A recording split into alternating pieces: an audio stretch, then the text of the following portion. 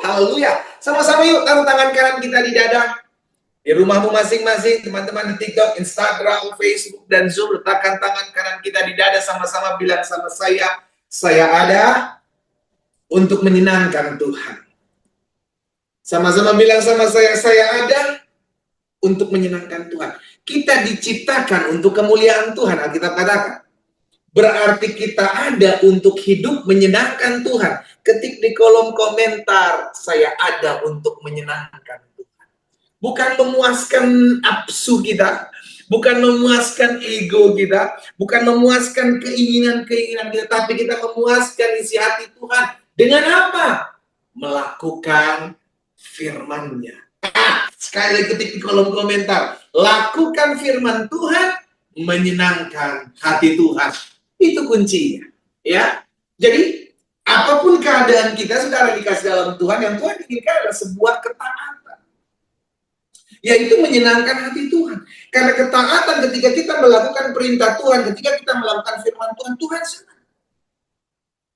Dan di balik ketaatan kita akan lihat berkat-berkat Tuhan yang dahsyat. Di balik ketaatan kita akan lihat kuasa Allah yang luar biasa menyatakan dalam hidup kita. Yes, haleluya. Saudara dikasih dalam Tuhan, hari ini kita sudah ada di hari ke-6. Ya kan? Di hari pertama, kedua, ketiga, sampai dengan hari ke-6. Kita boleh ada dalam hadirat Tuhan. Kita bersyukur. Ya, semua karena kasih karunia Tuhan. Sehingga kita boleh mendapatkan 5 kunci atau 5 hal penting yang harus kita pegang, yang harus kita lakukan di sepanjang tahun 2025 ini.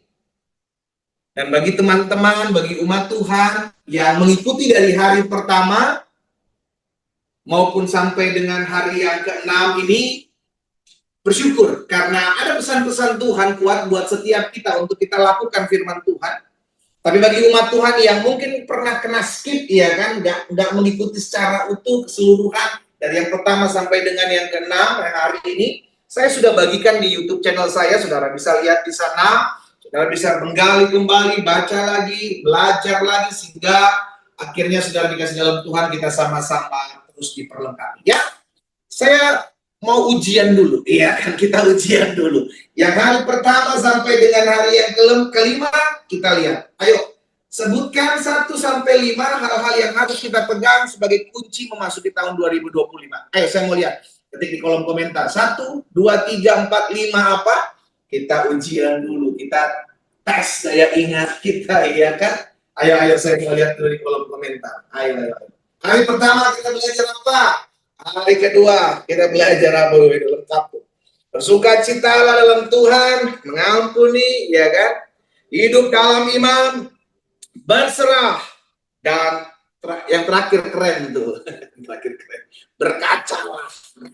Baca, ya. Jadi saudara dikasih dalam Tuhan, kita bersyukur. Dan hari ini, di hari yang ke-6, saudara yang dikasih dalam Tuhan, ada satu hal yang saya mau bagikan buat setiap kita untuk kita pegang sebagai kunci memasuki tahun 2025, berjalan di sepanjang tahun 2025. Dan ini penting buat setiap kita orang percaya, yaitu jaga kekudusan. Sama-sama ketik di kolom komentar, saya harus hidup kudus. Ayo, sama-sama ketik di kolom komentar, saya harus hidup kudus. Karena kekudusan mutlak.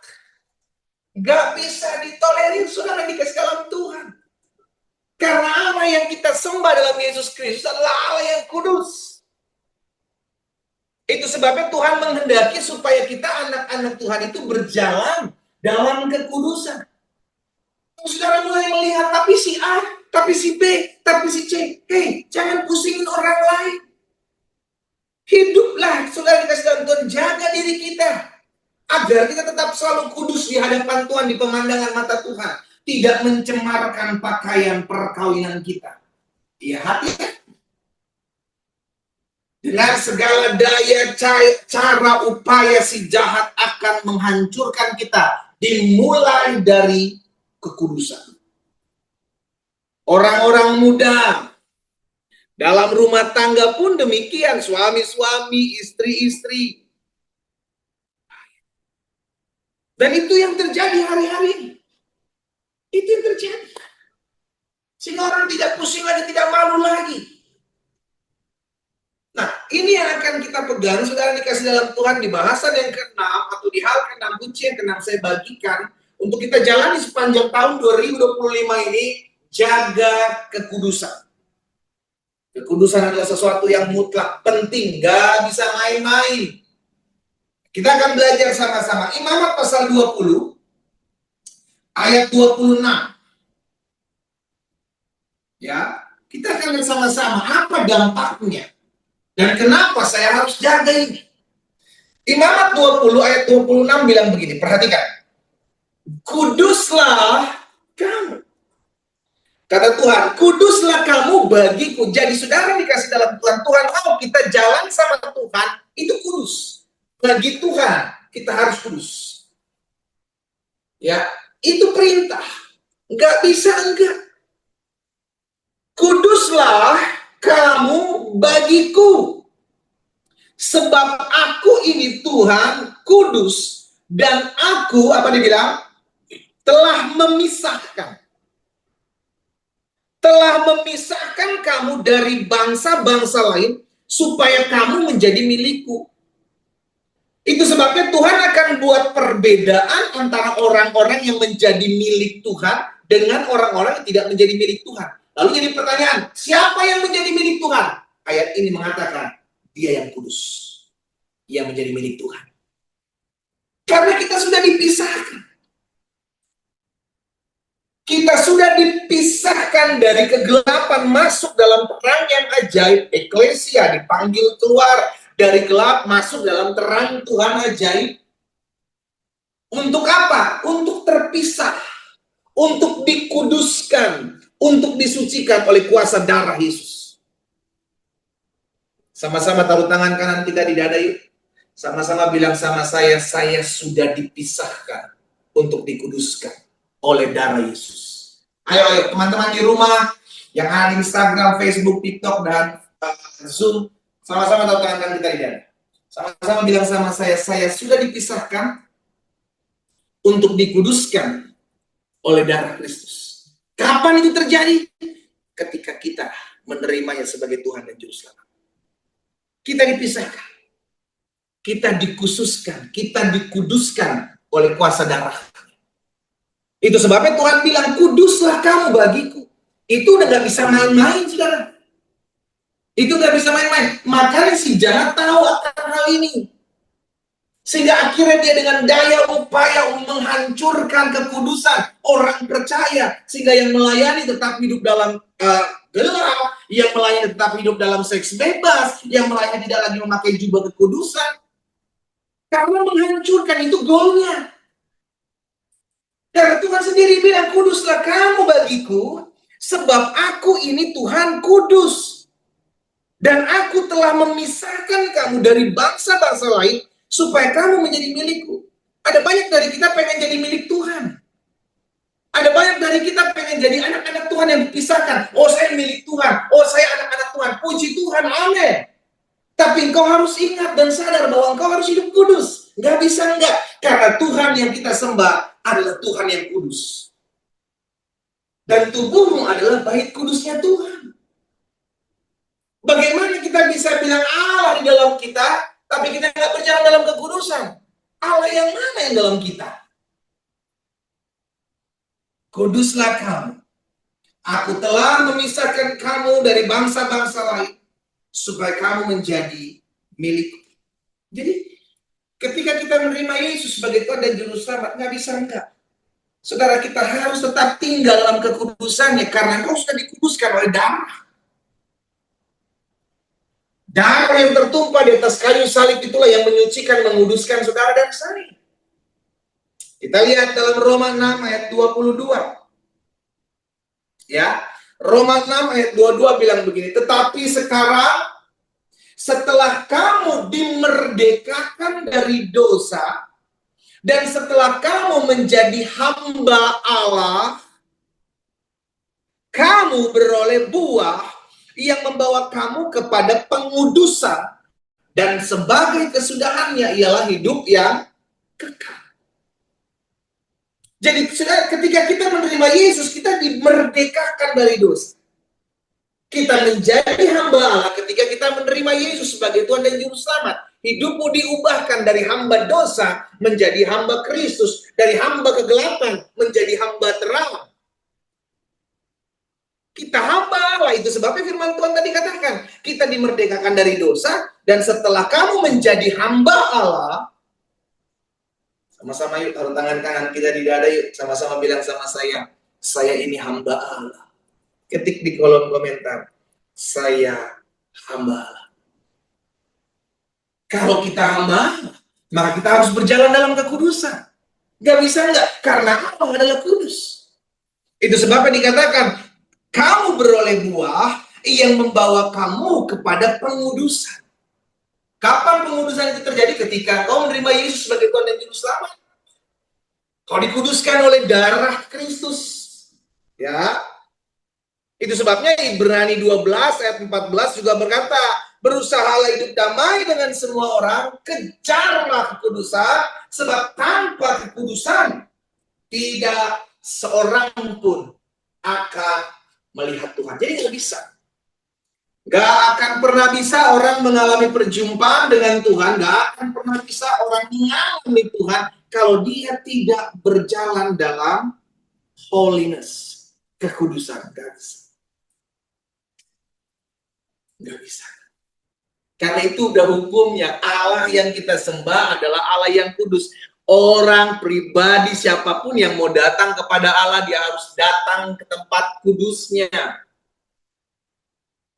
Dan tidak bisa manusia berdosa menghampiri tahta kudusnya. Itu sebabnya kita diselamatkan untuk bisa datang kepada Allah yang Maha Kudus.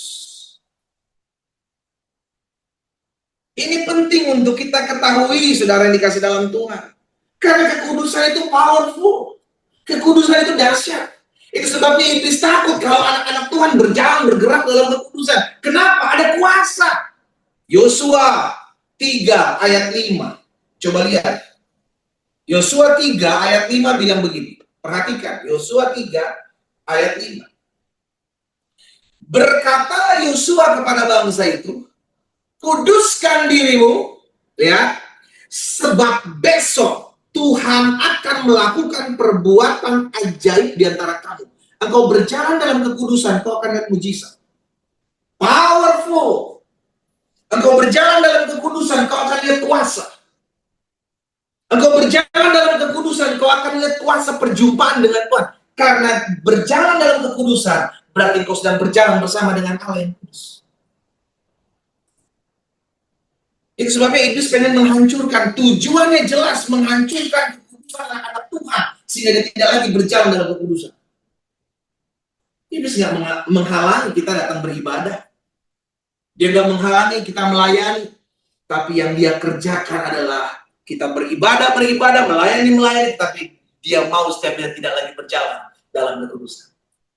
Itu mutlak, itu yang harus dia kejar. Itu yang akan dia lakukan di akhir zaman ini. Wow, mengerikan saudara. Tapi kalau kita berjalan dengan Tuhan, kita mengerti akan hal ini, kita punya kuasa. Kita punya kuasa. Itu sebabnya ketika Yosua disampaikan pesan oleh Tuhan, kuduskan bangsa ini sebab besok mereka akan melihat sesuatu yang dahsyat. Yosua bilang sama bangsa Israel, kuduskan dirimu hari ini sebab besok, tak lama bos. Engkau kudus dalam hidupmu, gak lama engkau akan lihat mujizat. Engkau berjalan dalam kekudusan, engkau akan lihat kuasa Tuhan dinyatakan. Kudus hari ini, besok engkau lihat mujizat. Kudus hari ini, besok engkau lihat campur tangan Tuhan. Itu sebabnya kenapa Tuhan mau kita berjalan dalam kekudusan. Karena tanpa kekudusan tidak ada seorang pun melihat Tuhan. Melihat kuasa Tuhan, melihat mujizat Tuhan, melihat pertolongan Tuhan. Tidak bisa kalau tidak berjalan dalam kekudusan. Pastikan setiap kita menyadari hal ini. Ya, tidak bisa. Kita sudah dipisahkan. Ingat, kita sudah dipisahkan untuk dikuduskan. Sadari, setiap tindakan kita, setiap ucapan perkataan kita, apa yang ada di pikiran kita, apa yang dalam hati kita, kuduskanlah. Kuduskanlah. Nah, saya pelajari kenapa kekudusan itu penting. Yang pertama, karena memang firman Tuhan katakan Allah adalah kudus. Kalau kita bilang tubuhku adalah bait kudus Tuhan, berarti Allah ada dalam diriku. Roh Allah tinggal dalam hidupku. Kalau kita nggak berjalan dalam kekudusan, saudara yang dikasih dalam Tuhan, Allah mana yang tinggal dalam hidup kita? Kita bilang tubuhku adalah bait kudus Tuhan, tapi setiap kali, setiap hari kita nonton film porno, kita bilang tubuhku adalah bait kudus Tuhan, tetapi setiap hari kita mikirin hal-hal yang cabul. Loh, kok roh Tuhan ada dalam diriku, tapi aku melakukan hal ini? Sampai sini ngerti saudara? Jadi dipertanyakan, kalau memang diriku, tubuhku adalah bait kudus Tuhan, berarti harusnya aku hidup dan tinggal di dalam, ya, dalam kekudusan. Gak bisa enggak. Allah itu adalah kudus dan tanpa kekudusan tidak ada seorang pun yang melihat. Yesaya 59 ayat 1 dan ayat 2. Yesaya 59 ayat 1 dan ayat 2. Perhatikan. Sesungguhnya tangan Tuhan tidak kurang panjang untuk menyelamatkan dan pendengarannya tidak kurang tajam untuk mendengar. Tetapi yang merupakan apa? Pemisah. Ketidakkudusan adalah pemisah. Dosa adalah pemisah antara saudara dan saya dengan Allah. Itu sebabnya kenapa kita harus hidup kudus, berjalan dalam kekudusan. Karena kalau sampai kita tidak berjalan dalam kekudusan, maka hidup kita terpisah dari Allah. Kita nggak akan pernah bisa melihat perbuatan-perbuatan dahsyatnya Allah dalam hidup kita. No. Makanya saya bilang, yang merupakan pemisah antara kamu dan Allahmu ialah apa?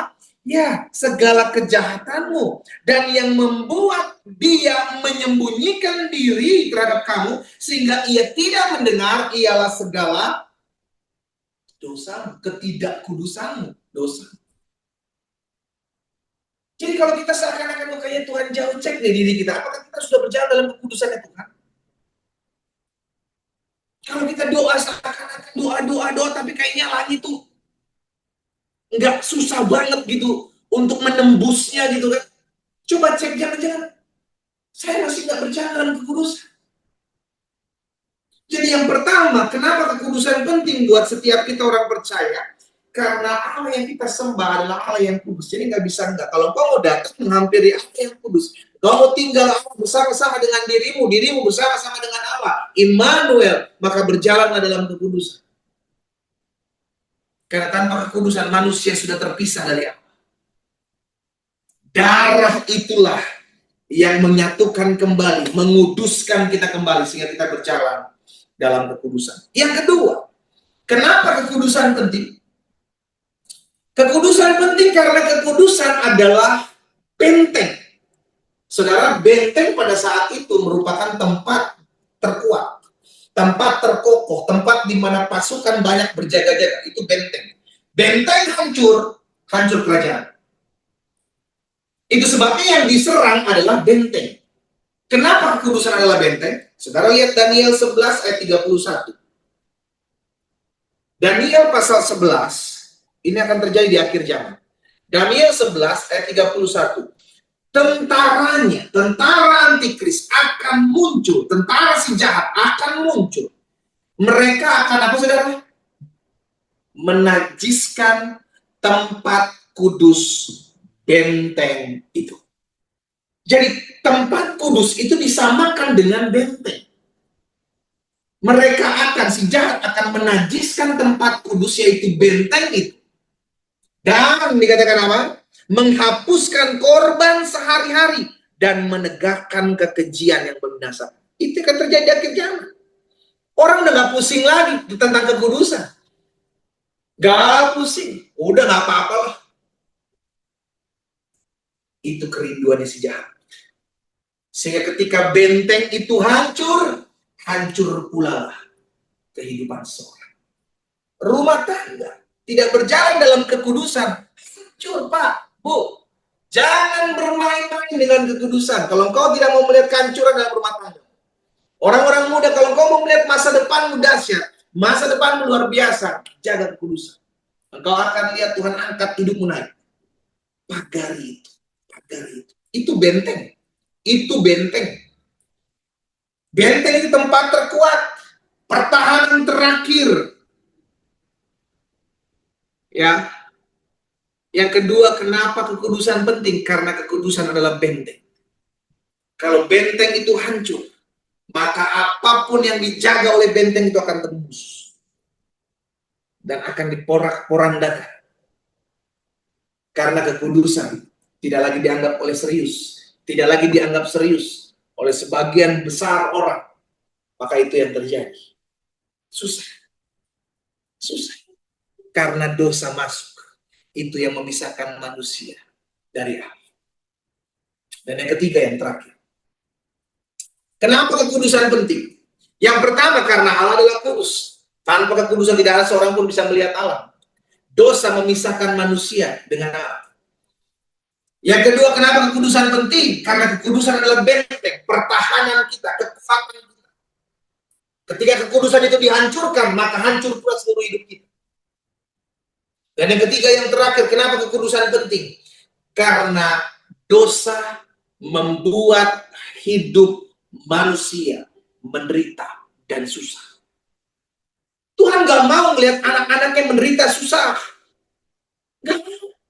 Itu sebabnya kenapa setiap kali ada yang menyimpang, Tuhan ajar. Barang siapa kukasihi, dia kutegur dan kuajar. Bukan Tuhan benci, saudara. Itu karena Tuhan sayang. Sehingga akhirnya kita disentil sedikit telinganya. Karena apa? Karena Tuhan sayang. Tuhan gak mau kita menyimpang dari jalan-jalannya. Karena ketika kita sudah diselamatkan dari dosa, Tuhan gak mau lagi kita kembali ke sana. Dosa membuat manusia menderita. Dosa membuat manusia susah. Tuhan gak mau melihat saudara dan saya susah menderita. Itu sebabnya dia menyelamatkan saudara dan saya. Ya jangan balik lagi ke sana.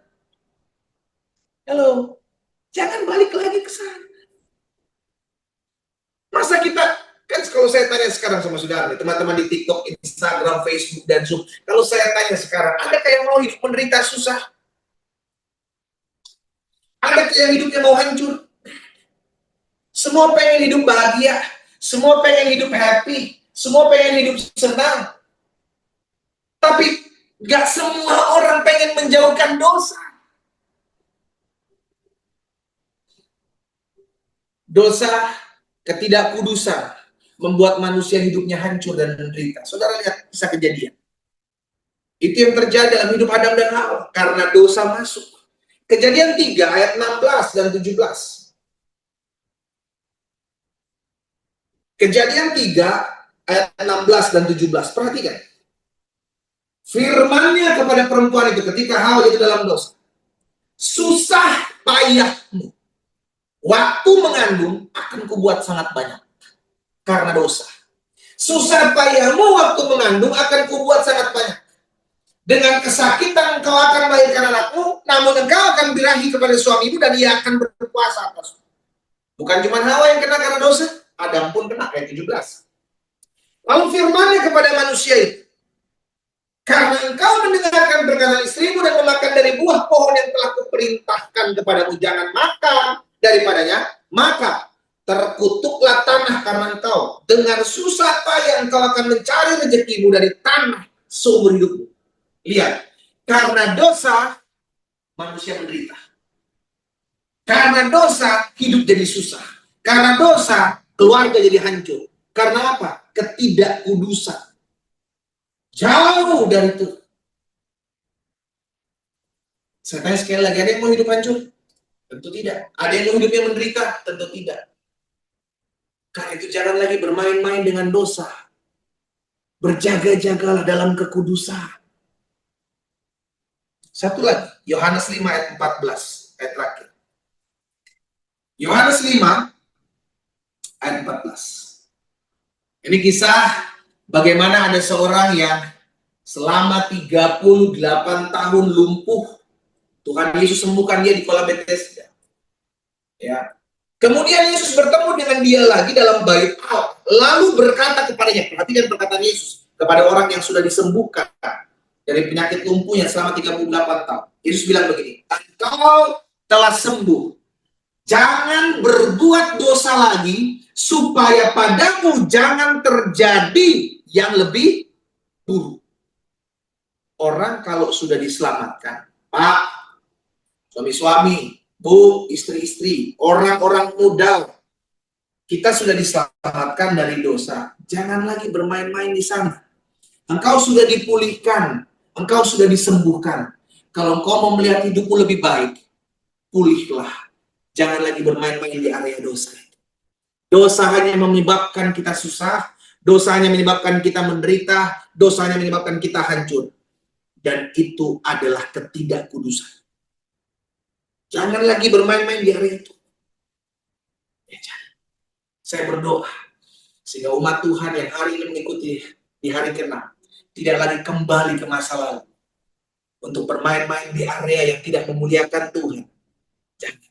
Yesus memperingatkan seorang lumpuh yang sudah disembuhkan selama 38 tahun dia lumpuh karena dosa yang membuat dia menderita.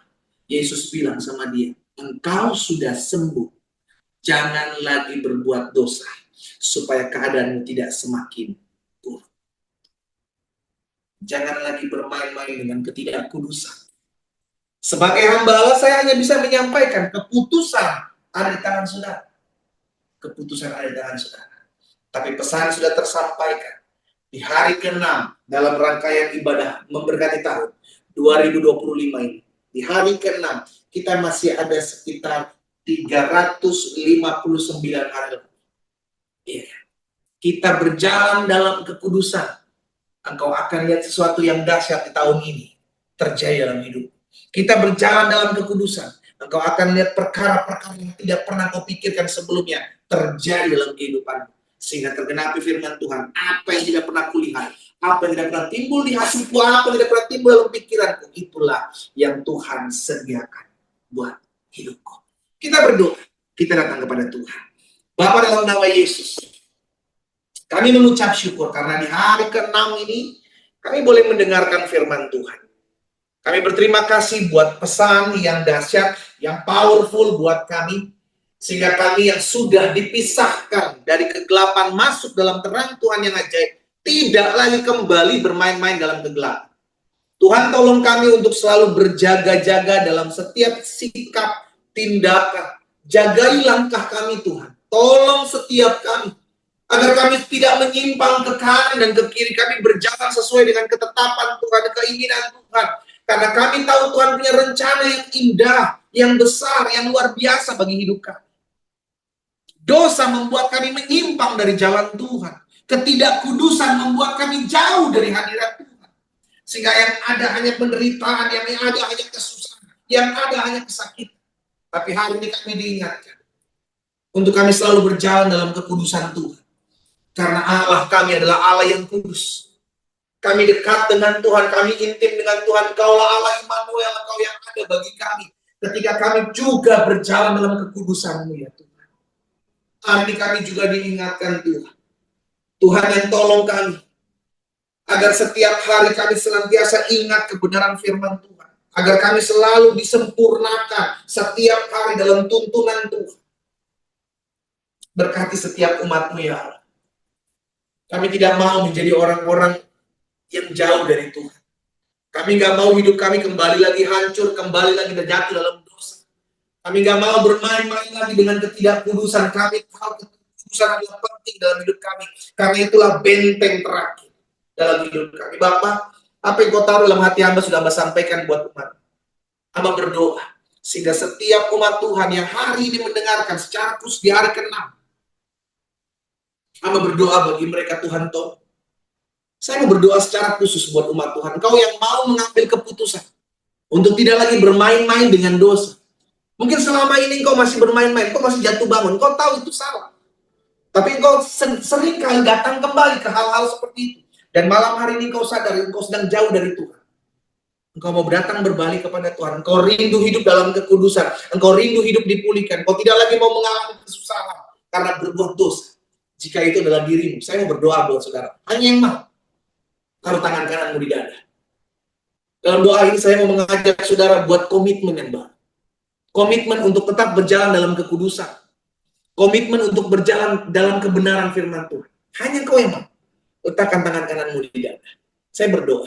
Tuhan Yesus, hamba berdoa secara khusus buat mereka yang meletakkan tangan kanan mereka di dada. Di rumah mereka masing-masing. Mereka yang rindu buat komitmen untuk berjalan dalam kekudusan. Tuhan, hamba percaya Engkau bantu mereka, Engkau tolong mereka, Engkau mampukan mereka dengan karya Roh Kudus. Bagian kami mau untuk meninggalkan masa lalu kami. Bagian kami mau untuk mendekat kembali kepada-Mu. Tuhan, aku berdoa di dalam nama Yesus. Kalau ada di antara mereka yang hari-hari ini sedang jauh dari Tuhan, dan mereka mengambil kesempatan malam hari ini, di hari ke-6, dalam ibadah memberkati tahun, mereka rindu 2025, mereka lebih dekat lagi kepada Tuhan, mereka mengambil sikap untuk membuat komitmen yang baru, dan mereka meletakkan tangan kanan mereka di dada. Aku berdoa dengan kuasa dan otoritas yang Allah berikan bagiku, aku berdoa, ucapkan berkat bagi mereka, dalam nama Yesus Tuhan. Satu persatu Tuhan jamah. Satu diri. Kuasa Allah mengalir di rumah mereka masing-masing. Sehingga satu persatu dipulihkan. Satu persatu dijawab, dilawat Tuhan. Tuhan ganti dengan hati yang baru. Pikiran yang baru. Keinginan-keinginan roh yang daripada Tuhan. Tuhan taruh di hati mereka. Dalam nama Yesus. Dalam nama Yesus. Tuhan tolong. Mereka yang sudah buat komitmen malam hari ini untuk hidup dan tinggal dalam kekudusan. Memasuki tahun 2025. Aku berdoa bagi mereka. Tuhan jaga. Tuhan pagari mereka. Di dalam nama Tuhan Yesus. Kau sudah doakan, turunkan tangan. Kau sudah mengambil kesempatan ini. Komitmen yang baru. Lakukan. Setiap hari minta Tuhan, Roh Kudus tolong aku. Roh Kudus pimpin hidupku. Belajar untuk selalu merenungkan firman Tuhan. Sehingga kau berjalan dalam pagar perlindungannya Tuhan. Bapak, aku berdoa ucapkan berkat. Tuhan jaga setiap rumah tangga yang ada. Tuhan jaga setiap orang-orang muda yang ada. Tuhan jaga setiap pengusaha-pengusaha, bisnis-pebisnis yang ada. Agar mereka berjalan dalam kekudusan Tuhan mulai hari ini. Di dalam nama Tuhan Yesus Kristus. Tuhan, aku berdoa juga kalau ada yang sakit, Tuhan jamah dan sembuhkan.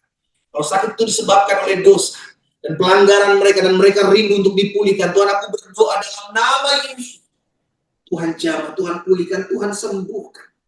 Di dalam nama Tuhan Yesus. Terjadi kuasa Tuhan, lawatan Tuhan nyata di rumah mereka masing-masing. Bapak, terima kasih. Malam hari ini menjadi malam yang dahsyat. Malam hari ini menjadi malam yang luar biasa. Karena kami percaya Tuhan ada di rumah kami masing-masing. Terima kasih Bapak. Kami berdoa menyerahkan umat masing-masing. Menjalani sepanjang tahun 2025 ini. Kami berjalan dalam kuasa. Kami berjalan dalam otoritas sorga, otoritas ilahi. Kami berjalan dalam kerinduan Tuhan untuk kami lakukan dalam kehidupan kami. Ketika kami berjalan dalam kekudusan Tuhan. Berkat-Mu ada atas setiap umat-Mu Tuhan. Dalam nama Tuhan Yesus, hamba berdoa.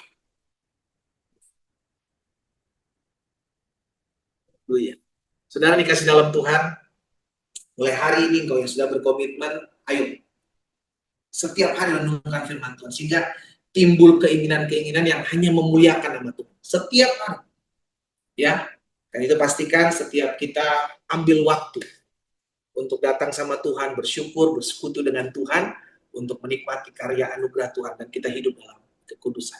Saudara dikasih dalam Tuhan, setiap hari juga saya bagikan renungan singkat melalui program Bible and Coffee. Bagi Bapak Ibu yang mungkin belum tahu, itu ada di YouTube channel saya, Glenn Latuheru. Saudara bisa mampir di sana, saudara bisa subscribe, saudara bisa ikuti renungan singkat setiap hari yang saya bagikan dari hari Senin sampai dengan hari Sabtu. Saya percaya setiap kebenaran firman Tuhan yang kita renungkan itu akan menuntun kita dalam terang Tuhan, jalan-jalan kita, sehingga kita selalu hidup memuliakan nama Tuhan. Masih ada satu hari besok malam, di hari terakhir, di hari ke-7, kita akan sama-sama kembali diberkati, sudah dikasih dalam Tuhan dalam ibadah terakhir di hari ke-7 dalam rangkaian ibadah memberkati tahun 2025 ya. Jam 7 malam besok kita kembali ketemu. jam 7 malam waktu Indonesia bagian Barat, jam 8 WITA, dan jam 9 WIT. Puji Tuhan. Doa saya menyertai kita semua. Selamat malam, selamat beristirahat, dan Tuhan Yesus memberkati kita. Shalom, shalom.